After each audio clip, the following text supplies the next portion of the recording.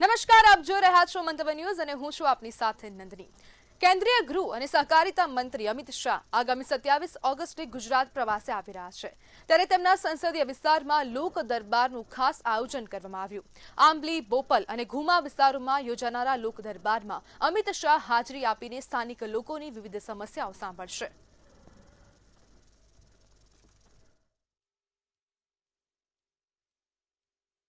કેન્દ્રીય ગૃહમંત્રી અમિત શાહ 2 દિવસ ગુજરાતના પ્રવાસે આવવાના છે।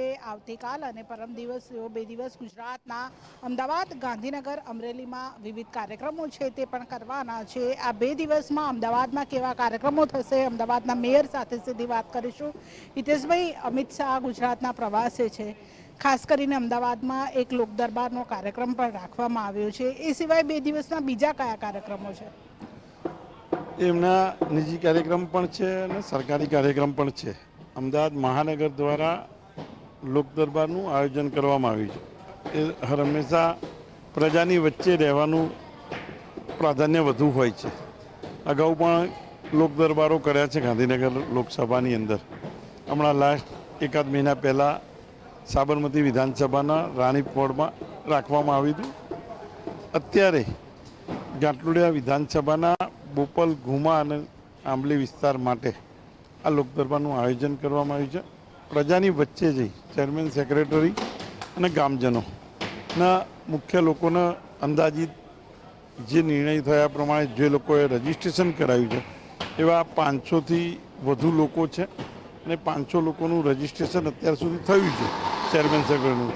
કુલ 550થી વધુ સોસાયટીઓએ આમાં રજીસ્ટ્રેશન કરાવ્યું છે। એટલે જે સોસાયટીનું રજીસ્ટ્રેશન થયું છે એમની સાથે વાર્તાલાપ કરવામાં આવશે।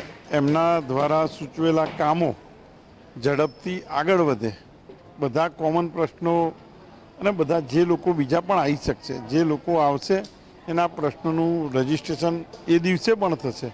અત્યાર સુધીમાં જે પ્રશ્નો આવે છે એના બધા જ મને એમની ઓફિસ સુધી પહોંચાડવામાં આવ્યા છે। એ પહોંચાડ્યા પછી જે કોઈ એમના નિર્ણય પ્રમાણે જે લોકો સાથે વાર્તાલાપ કરશે અને વાર્તાલાપ કરી અને પ્રજાના પ્રશ્નોનું નિરાકરણ ઝડપથી આવે, જે અહીંયા બોપલ, ઘુમાની અંદર આપણે આવનાર દિવસમાં જે કામો કરવાનું આયોજન છે અને જે પ્રજાએ માગ્યા હોય એવા કામોનું વધુ પ્રાધાન્ય આપી શકાય એ માટેનું કરે છે। છેલ્લા 5 વર્ષની અંદર મહાનગરમાં બોપલ આવ્યા પછી 11 જુદી જુદી ઓવરહેડ ટાંકીથી નર્મદાનું પાણી આપવામાં આવે છે।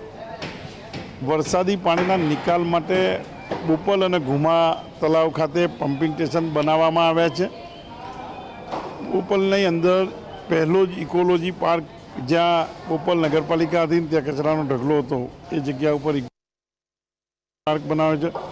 ઘનિષ્ઠ વનીકરણ પણ કરવામાં આવ્યું છે।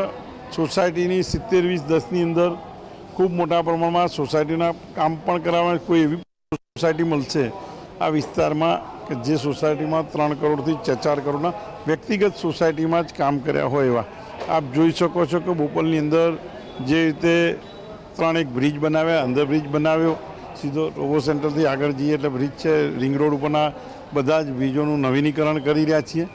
શિલદનો બ્રિજ હોય, મૂળ સરવાળે બોપલ જ આવવાનું હોય છે। બોપલનો અંદર બ્રિજ હોય, જે વર્ષો જૂની માગણી હતી, એને પણ આપણે ડીપીએસ સ્કૂલે જવાના રસ્તા ઉપર અંદર બ્રિજની કામગીરી કરી રહ્યા છીએ। અને આ બધા જ કામો પ્રજાએ માગ્યા કરતાં વધુ અમિતભાઈ આની ચિંતા કરતા હોય છે। આના બધા જ સૂચવેલા કાર્યો મને અમિતભાઈએ પૂરા કરવા અને માન્ય મુખ્યમંત્રીનો જ વિસ્તાર હોય એટલે મુખ્યમંત્રીશ્રી નિજીથી ધ્યાન કરતા હોય છે અને આ કામોને ગતિ મળતી આવનાર દિવસમાં વધુ કામો થાય। જે રીતે આપણે 5 વર્ષમાં 3 લાઇબ્રેરી બનાવી છે, પાણીની ટાંકીઓની આપણે અગાઉ વાત કરી દીધી, સ્વિમિંગ પુલ બની રહ્યો છે। બધા જ જે કોર્પોરેશનથી અપાતા બધી જ વ્યવસ્થા 5 વર્ષમાં કમસે કમ અહીંયાની વાત કરું કે બોપલ, ઘુમાની અંદર તો ખૂબ મોટા રકમમાં એટલે 2500-4000 કરોડથી વધારાના કામો આપણે અહીંયા કર્યા છે। લોકોએ હજુ કયા કામોની માંગ કરી છે? કારણ કે 550 જેટલા જો પ્રશ્નો આવ્યા હોય તો સૌથી વધારે મહત્વનો પ્રશ્ન કયો છે કે આ કામ પ્રાયોરિટીમાં કરવું જોઈએ? જો જે સમસ્યા માટે અને જે કામ માટે આવ્યા છે એ પ્રશ્નોની છટણી એમની ઓફિસ દ્વારા અત્યારે કરવામાં આવી રહી છે। ત્યાંથી આપણને લોક દરબાર પત્યા પછી કોર્પોરેશનને લિસ્ટ આપવામાં આવશે। કોર્પોરેશનના અધિકારીઓ જે રજીસ્ટ્રેશન કરશે એ રજિસ્ટ્રેશન કર્યા પછી જ ખ્યાલ આવશે. જે ડિમાન્ડ આવશે એ ડિમાન્ડ આપણે કરવાના છીએ. આવનારા દિવસમાં ખૂબ મોટા પ્રમાણે બોપલની અંદર કામ કરવાના છે. 143 કરોડ તો ખાલી ને ખાલી વરસાદી પાણીના નિકાલ માટેના ટેન્ડરિંગ કરી દીધા છે. આગળ ઉપર બધા જ રોડનું કામ પણ હાથમાં લીધેલા છે. જે જરૂરિયાત છે, જ્યાં અહીંયા જરૂરિયાત છે કે કોમ્યુનિટી હોલ બનવો જોઈએ તો કોમ્યુનિટી હોલ માટે પણ આપણે આગળ વધી રહ્યા છીએ કે આ વિસ્તારની અંદર એક સારો ઓડિટોરિયમ હોવું જોઈએ એવી પણ ડિમાન્ડ આવે એવો અંદાજ છે કે કોર્પોરેશને અગાઉ પણ બજેટમાં લીધેલું છે. સ્વિમિંગ પુલ પણ આપણે બની રહ્યો છે. દરેક વસ્તુ જ્યાં જરૂરિયાત છે એ આપણે ઊભી કરવા કોર્પોરેશન દ્વારા જઈ રહ્યા છીએ. આ વખતે ખાસ કરીને વરસાદમાં જે કરોડો રૂપિયાના બંગલા હતા ત્યાં પણ પાણી ભરાઈ ચૂક્યું હતું. કદાચ આ પહેલી વખત થયું હશે કે આટલું બધું પાણી બોપલમાં ભરાયું હોય, તો આ લોક દરબારમાં એ મુદ્દો પણ ઉઠાવવામાં આવશે ખરો? પાણી વરસાદ આવો 20 ઇંચ વરસાદથી વધારે ખાલી ને ખાલી 97 પછી આ વિસ્તારમાં પહેલીવાર આટલો પડ્યો છે. આ વિસ્તાર ગ્રામ પંચાયતમાંથી કોર્પોરેશનમાં ભળ્યો છે અને જ્યારે ગ્રામ પંચાયત હોય તો ગ્રામ પંચાયતની સીમિત વ્યવસ્થા હોય. આપણે કોર્પોરેશનમાં ભળ્યા પછી બધા જ આપણા ટીપી રોડ ઉપર લાઈનો નાખવામાં આવી છે. એ આપ જોઈ શકો છો. ટીપી રોડ હોય ત્યાં કામ કર્યા છે. જ્યાં નગર નિયોજન દ્વારા જે કામો થયા છે, નગર નિયોજન હોય એટલે રોડ રસ્તાની પહોળાઈ મળે નહીં, લંબાઈની ટૂંકી હોય, નજીકમાં હોય, બધું અહીંયા મોસ્ટ ઓફ ઘર છે એ નગર નિયોજનના આધારે બનેલા છે. અને બાકીનો વિસ્તાર જે રીતે સાઉથ બોપલ ડેવલપ થઈ રહ્યું છે એની ડેવલપ કોર્પોરેશનના અવડા દ્વારા કરવામાં આવ્યું ત્યાં સારું છે. જ્યાં નગર નિયોજન દ્વારા નિયોજન કર્યું હતું, આપ જોઈએ કે 30 વર્ષ થયા આબાદનગરને, ઇન્ડિયા સ્ટર્લિંગને 30 વર્ષથી વધારે સમયથી આ વિસ્તાર ગ્રામની અંદર રહેલો છે અને અનડેવલપ વિસ્તાર હતો. અને 5 વર્ષની અંદર આટલા કામો કર્યા હોય એ કદાચ બોપલ ગુમાથી વધુ આખા અમદાવાદમાં ક્યાંય કર્યા નથી. માન્ય અમિતભાઈ અને માન્ય મુખ્યમંત્રી સતત આ જ વિસ્તારમાંથી ચૂંટાતા હોય. જ્યારે ગામ હતું ત્યારથી અમિતભાઈ 1997-99થી આ ચૂંટણી લડે છે અહીંયાથી, અને બારીકઈથી આ ધૂળિયો રસ્તો હતો ત્યારથી આ વિસ્તારને એમને પોતાના સ્કૂટર ઉપર, બાઇક ઉપર જોયેલો વિસ્તાર છે. એટલા માટે અમિતભાઈની લાગણી હર હંમેશા બોપલ ગુમામાં રહેલી છે.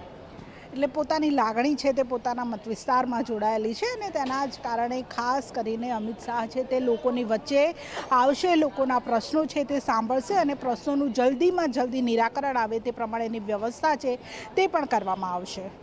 કેમેરા પર્સન ધ્રુવ પડિયાર સાથે કિંજલ બોરીસા, મંતવ્ય ન્યૂઝ, અમદાવાદ.